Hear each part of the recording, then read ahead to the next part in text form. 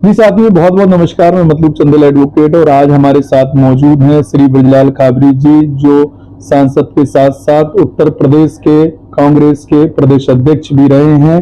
आपने देखा होगा कि एक्टिव पॉलिटिक्स भी करते हैं। हर लोगों के सुख दुख में देखने को मिलेगा सांसद जी का जो व्यवहार है वो बेहतर है। मैं आज उनके साथ बैठा हूँ, कुछ डिस्कशन करता हूँ मुद्दों पर। माननीय सांसद जी कैसे हैं, मैं उनसे थोड़ा सवाल करना चाहूंगा। सांसद जी।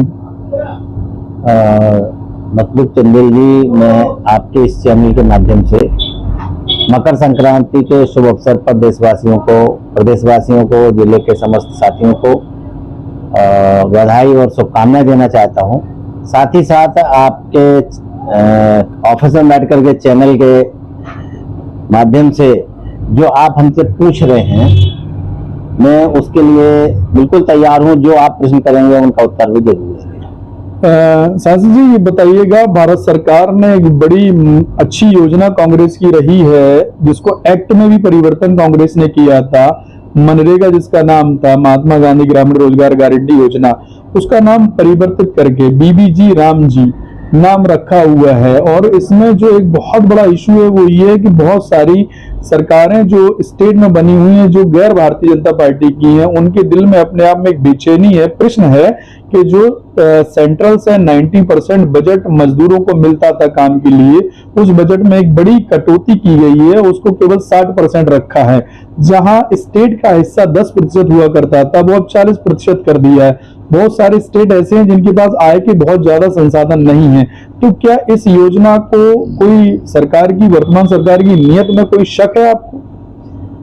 आपका प्रश्न बेशक वर्तमान की स्थिति को देखते हुए बहुत लाजमी है, और मैं इस पे अभी हमारी उत्तर प्रदेश कांग्रेस कमेटी के अध्यक्ष और प्रभारी अविनाश पांडे जी ने मीटिंग बुला करके 5-6 मुद्दों पर चर्चा करके एक 100 दिन की कार्य योजना बनाई है, जिसमें जो हमारे प्रदेश में मंडल हैं, प्रत्येक मंडल स्तर पर प्रेस के माध्यम से, प्रेस वार्ता के माध्यम से ये सारी बातें जनता तक पहुंचाने का काम किया है। हमें भी ये झांसी मंडल में प्रेस कॉन्फ्रेंस करके मंडल के हर एक गांव, गली और मोहल्लों में खबर पहुंचाने का अवसर मिला। मैंने वहां प्रेस के माध्यम से इन बातों को उजागर किया है। जैसा आपने पूछा है कि कांग्रेस ने मनरेगा कार्य योजना बनाई, मनरेगा कानून बनाया, और वो कानून इसलिए बनाया था कि कांग्रेस चाहती थी कि देश के गरीबों को हम उनके गांव में ही काम दें, और काम दिया।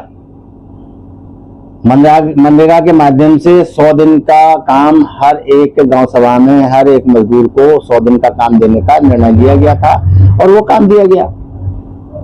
यहां तक कि एक गरीबों के बीच में ये योजना उनकी रीढ़ बनके उभर के आई, हर हाथ को काम मिला, और बखूबी वो कार्यक्रम चल रहा था। लेकिन जैसे ही 2014 में भारतीय जनता पार्टी की सरकार केंद्र में बनती है, धीरे धीरे जब ये सूचनाएं जाने लगी कि जो देश का गरीब मजदूर है वो तो अभी कांग्रेस के साथ रहेगा, क्योंकि मनरेगा ने उनको लाइफलाइन बना दी है, तो भारतीय जनता पार्टी ने उसी दिन से प्लान करना शुरू कर दिया। और धीरे धीरे करते करते इस सत्र में उन्होंने, पिछला जो सत्र आया है उस सत्र में मनरेगा का नाम ही नहीं बदला, बल्कि मनरेगा का कार्य भी बदल दिया है। मनरेगा का नाम महात्मा गांधी जी के नाम से था। मैं तो कहता हूं महात्मा गांधी जी से इतना ही एलर्जी है भारतीय जनता पार्टी के लोगों को। ये तो साबित है, स्पष्ट है कि भारतीय जनता पार्टी के लोगों को गांधी जी से एलर्जी है, क्योंकि अगर एलर्जी नहीं होती तो गांधी जी को मारा क्यों जाता आरएसएस के द्वारा? आरएसएस और भाजपा में कोई अंतर तो है नहीं। आरएसएस भाजपा की जननी है, और महात्मा गांधी जी को मारने वाला कोई दूसरा नहीं था, आरएसएस का ही आदमी था। तो ये तो स्पष्ट है। लेकिन आज उनका नाम बदल करके ये और स्पष्ट कर दिया। ठीक है, नाम बदला था, नाम के साथ साथ कार्य योजना बदल दी। जब कांग्रेस ने इस कानून को बनाया था उस समय 90% पैसा केंद्र के बजट था, केंद्र सरकार बजट दे रही थी, और स्मूथली ये काम चल रहे थे। चाहे वन विभाग का काम हो, चाहे नाली खरीदने का काम हो, चाहे किसी तरीके का और भी मजदूरी हो, 100 दिन मजदूरी देना था गांव सभा को। और 100 दिन की मजदूरी में केंद्र सरकार का बजट खर्च हो रहा था। भारतीय जनता पार्टी ने बड़े सलीके के साथ, जनता को भी पता नहीं चले, जनता भी उसके बारे में कुछ सोच ना पाए, और इतनी अच्छे तरीके से कानून को तोड़फोड़ कर दी। 60% बजट का क्या मतलब है? जहां 90% मिल रहा था भारत सरकार से, उसको लाकर के 60% पे कर दिया। और जहां स्टेट गवर्नमेंटों का 10% था हिस्सेदारी, वो अब 40% कर दी। यहां तक भी नहीं रहे, 40% आपके पास, स्टेट गवर्नमेंट के पास 40% बजट होगा, अलॉट करें उसके लिए, फिर केंद्र सरकार को प्रस्ताव भेजें, 60 वहां से मांगा जाए। जब आपके पास 40 हो गई नहीं तो 60 मांगने की आपकी हिम्मत कैसे पड़ेगी? ये तो वही हो गया, ना नौमन तेल होगा ना राधा नाचेगी। तो इस तरीके की योजनाओं को लागू करके भारतीय जनता पार्टी फिर एक बार तमाम लोगों के साथ जो झुंझुना पकड़ाए थे वो तो ठीक है, लेकिन एक बार उन गरीब मजदूरों के हाथ में भी झुंझुना पकड़ा दिया बीवी जी राम जी के नाम पर, कि वो फिर इसी में गोते लगाते रहे, उन्हें काम तो मिलना नहीं है। जब काम नहीं मिलेगा तो फिर से पलायन शुरू हो जाएगा। जब गांव में काम नहीं मिलेगा तो फिर पलायन करेंगे, जाके जगह जगह शहरों में धक्के खाएंगे, और जब काम नहीं मिलेगा तो घर लौट के आएंगे। अभी घर गांव में काम मिलने लगा था, पलायन कम हो गया था, रुका नहीं था लेकिन कम हो गया था। और जैसे ही 14 में ये आए और बजट कम करना शुरू किया, धीरे धीरे बजट कम करते करते, और पिछले सत्र में इन्होंने उसको 60-40 पे टिका दिया। अब 60 और 40 से देश के मजदूर गरीब का भला होने वाला नहीं है। जहां पर भारतीय जनता पार्टी की सरकार नहीं है, वहां तो बिल्कुल भी बजट नहीं दे रहे हैं। वहां पे तो टोटल जो इनका बजट है वो बिल्कुल ही बंद है। आज से नहीं, पिछले कार्यकाल से कहीं का भी उठा के देख लें। कलकत्ता है, जैसे बंगाल है, बंगाल का बजट आप उठा के देखें तो मनरेगा का कोई बजट भारत सरकार नहीं दे रही है। लेकिन इसके बावजूद स्टेट गवर्नमेंट किसी न किसी तरीके से मजदूरों का भरण पोषण करा रही है। सर ये बताइएगा कि इससे मजदूरों पर क्या प्रभाव पड़ सकता है, क्योंकि कोविड में ये देखा गया था कि एक तरीके से मनरेगा लाइफलाइन का काम किया है। जो लोग बहुत परेशान थे, कोविड के हालातों को देखा होगा, सभी के साथ रहे, आपने भी कोविड में लोगों की काफी मदद की है, आपके वीडियो भी आए हुए हैं कि आप कोविड में इस चीज की नहीं सोच रहे थे कि इवन कोविड चल रहा है, बट आप रेलवे ट्रेन पर, हाईवे पर भी आपने लोगों को खाना खिलाने का काम किया था। काफी युद्ध स्तर पे आप और आपकी टीम ने सहयोग किया था। तो जब लोगों को पलायन हुआ, गांव में आए, तो उनके पास रोजगार का कोई साधन नहीं था, तो मनरेगा ने लाइफलाइन का काम किया था और बहुत हद तक देश को संभालने का काम किया था। तो इस पर मजदूरों का और ऐसे लोगों पर क्या इफेक्ट पड़ सकता है? देखिए, देश में जिस तरीके की गरीबी है, धीरे धीरे ये कहीं भुखमरी का कारण ना बन जाए, और अगर भुखमरी होगी तो बहुत सारी जानें जा सकती हैं। भुखमरी में क्या होता है, जब भुखमरी फैलती है तो जानों भी पड़ती है। जिसके पास नहीं संसाधन है तो भूख मर जाते हैं। बताते हैं, बुजुर्ग बताते हैं, कभी ऐसी स्थितियां इस देश की रही हैं, लेकिन कांग्रेस के पूर्व प्रधानमंत्री डॉक्टर मनमोहन सिंह जी ने जिस तरीके से इस देश को सजा करके जिसकी जीडीपी 9 तक लाके खड़ी कर दी, और आज उनके बताए हुए रास्ते पे देश चल रहा था, लेकिन भारतीय जनता पार्टी ने उसे एकदम से खोखला बना दिया है। आज जिस तरीके के काम चल रहे हैं, जिस तरीके के कानून बना रहे हैं, उन कानूनों से इस देश के गरीब मजदूर, बेसहारा, छात्र, नौजवान, इनका कोई भला होने वाला नहीं है।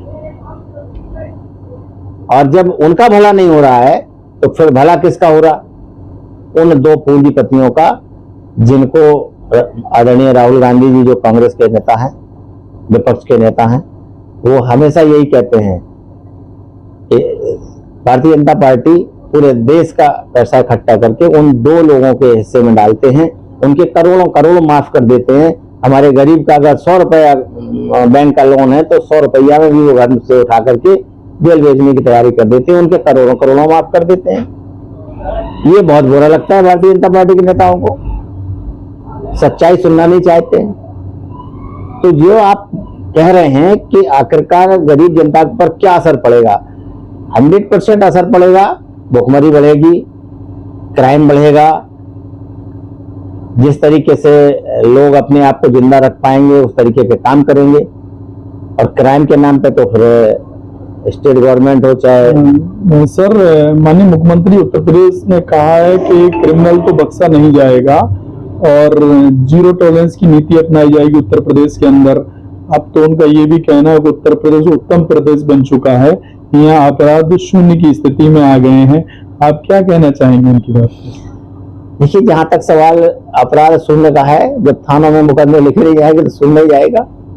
अपराध कितना भी बढ़ा रहे, अगर दरोगा पुलिस स्टेशन में मुकदमा नहीं लिखेगा तो वो शून्य माना जाएगा। और वो शून्य जाकर के अगर हमारे योगी आदित्यनाथ जी के पास पहुंचता है वो तो शून्य ही बोलेंगे। और जिस तरीके का क्राइम बढ़ा हुआ है वो तो जग जाहिर है, पूरा प्रदेश उससे कांप रहा है। जहां तक सवाल है योगी आदित्यनाथ जी का, तो वो कहते हैं कि क्रिमिनल सब खत्म हो गए हैं, क्राइम खत्म हो गया है। जब क्रिमिनल खत्म हो गया, क्राइम खत्म हो गया, तो अभी कानपुर में एक लड़की के साथ उसकी माँ सामने उसको उठा के ले गए। अभी मेरठ में उस लड़की के साथ उसकी माँ को मार डाला है, लड़की को उठा के ले गए हैं। रोज कहीं ना कहीं ये कांड हो रहे हैं, तो ये क्राइम में नहीं आता क्या? ये तो क्राइम में नहीं आना है या क्राइम है, ये तो वो तय करें। ये क्राइम में नहीं आता है तो वो स्टेटमेंट दें, और अगर क्राइम में आता है तो उसको बंद करें। जीरो टॉलरेंस कैसे हो जाएगा? हाँ, मुकदमा नहीं लिखे जाएंगे तो जीरो रहेगा। तो एनसीआरबी का डाटा भी कहता है कि अपराध तो काफी बढ़ रहे हैं, लेकिन मुख्यमंत्री जी का ये भी कहना है कि अगर कोई बंदा मिलता है, गलत करता है इस चौराहे पे, तो दूसरे चौराहे पे ही समझिए यमराज उसका इंतजार कर रहा है। जो महिलाओं के साथ बदतमीजी होगी तो सीधी सीधी उन्होंने अपराधियों को धमकी दे रखी है कि अगर वो कोई भी आपराधिक काम करते हैं तो अगले चौराहे पे यमराज इंतजार करता है। इसमें भी दो बातें हैं। जो भारतीय जनता पार्टी के अपराधी हैं उन्हें तो बढ़ावा दिया जा रहा है। अगर दूसरे कोई किसी तरीके से किसी से कोई कांड हुआ है, गलती से हुआ है या जानबूझ के हुआ है, उसका जरूर घर खुदवा देंगे, इसमें कोई दो राय नहीं है। छोटे से छोटे अपराधी का घर खुदवाना ये भारतीय जनता पार्टी की सरकार का पहला मोटो है। अगर भारतीय जनता पार्टी का कोई पदाधिकारी उसमें लिप्त पाया जाता है तो उसे आशीर्वाद है।